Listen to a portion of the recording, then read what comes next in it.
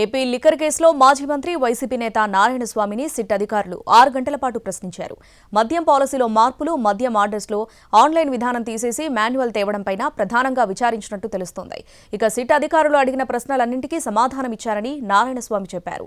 SIT ఎప్పుడు పిలిచినా విచారణకు సహకరిస్తానని తెలిపారు. ఏపీ లిక్కర్ స్కామ్లో మాజీ డిప్యూటీ సీఎం నారాయణస్వామిని సిట్ అధికారులు 6 గంటలకు పైగా ప్రశ్నించారు. తిరుపతి జిల్లా పుత్తూరులోని నివాసంలో సిట్ అధికారులు ఆయన ఉదయం 11 గంటల నుంచి సాయంత్రం 5 గంటల వరకు విచారించారు. లిక్కర్ పాలసీ రూపకల్పన, మార్పులు చేర్పులు సహా మద్యం ఆర్డర్స్లో ఆన్లైన్ విధానం తీసేసి మాన్యువల్ విధానాన్ని తీసుకురావడంపై ప్రశ్నించింది. గత ప్రభుత్వంలో నారాయణస్వామి ఎక్సైజ్ శాఖ మంత్రిగా పనిచేశారు. సిట్ విచారణలో కీలకమైన విషయాలు వెల్లడించినట్లు తెలుస్తోంది. పలు డాక్యుమెంట్లు, సెల్ ఫోన్లు సీజ్ చేశారు. సైబర్ నిపుణుల ద్వారా మెయిల్స్, మెసేజ్లను రీస్టోర్ చేశారు అధికారులు. రాజ్ కేసిరెడ్డి సహా ఇతరులిచ్చిన సమాచారంతో సేకరించిన ఆధారాలను నారాయణస్వామి ముందు పెట్టి ప్రశ్నించింది సిట్. గతంలో చాలాసార్లు విచారణకు రావాలని సిట్ అధికారులు నోటీసులు ఇచ్చినా నారాయణస్వామి హాజరు కాలేదు. ఆరోగ్యం బాగోలేదని చెబుతూ వచ్చారు. దీంతో నేరుగా ఆయన నివాసంలోనే విచారణ చేపట్టిన సిట్ కీలక విషయాలను రాబట్టింది. విచారణకు సహకరించలేదు కాబట్టి అరెస్టు చేస్తారని అనుకున్నారు. కానీ సిట్ అధికారులు అడిగిన అన్ని వివరాలను ఆయన ఇచ్చినట్లుగా తెలుస్తోంది.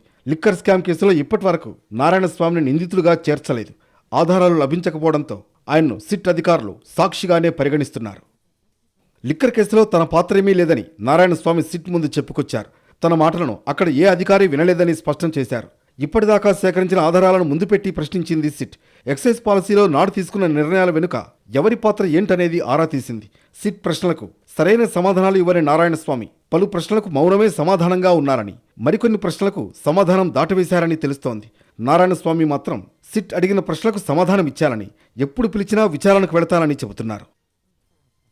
సిట్ వాళ్ళు రావడం జరిగింది, వాళ్ళు నాకు సహకరించారు. నేను వాళ్ళు అడిగిన ప్రశ్నకి కూలుగా వాళ్ళు ఏమేమి అడిగినారో దానికి సమాధానం చెప్పినా, భవిష్యత్తులో కూడా వాళ్ళు మళ్ళీ వచ్చి అడిగితే నేను సమాధానం చెప్తాను. మరోవైపు ఈ కేసుకు సంబంధించి విచారణ పూర్తి చేయడానికి సిద్ధమవుతోన్న వేళ అప్రూవర్లుగా మారతామన్న నిందితుల విషయంలో ఏం చేయాలనే విషయంపై మల్లగుల్లాల పడుతోంది సిట్. ఏసీపీ కోర్టు ఇచ్చిన తీర్పుపై సిట్లోనే కాకుండా అప్రూవర్గా మారాలని భావిస్తున్న నిందితుల్లో కూడా చర్చ జరుగుతోంది.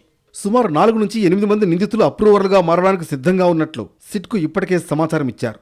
తమ దగ్గర ఉన్న సమాచారాన్ని కూడా సిట్కు విచారణ సమయంలో తెలియజేస్తున్నారు. ఇదే సమయంలో ప్రధాన నిందితుల విషయంలో కోర్టు కీలక వ్యాఖ్యలు చేసిన నేపథ్యంలో మిగతా వారి విషయంలో ఎలా రియాక్ట్ అవుతుందా అనే చర్చ జరుగుతోంది.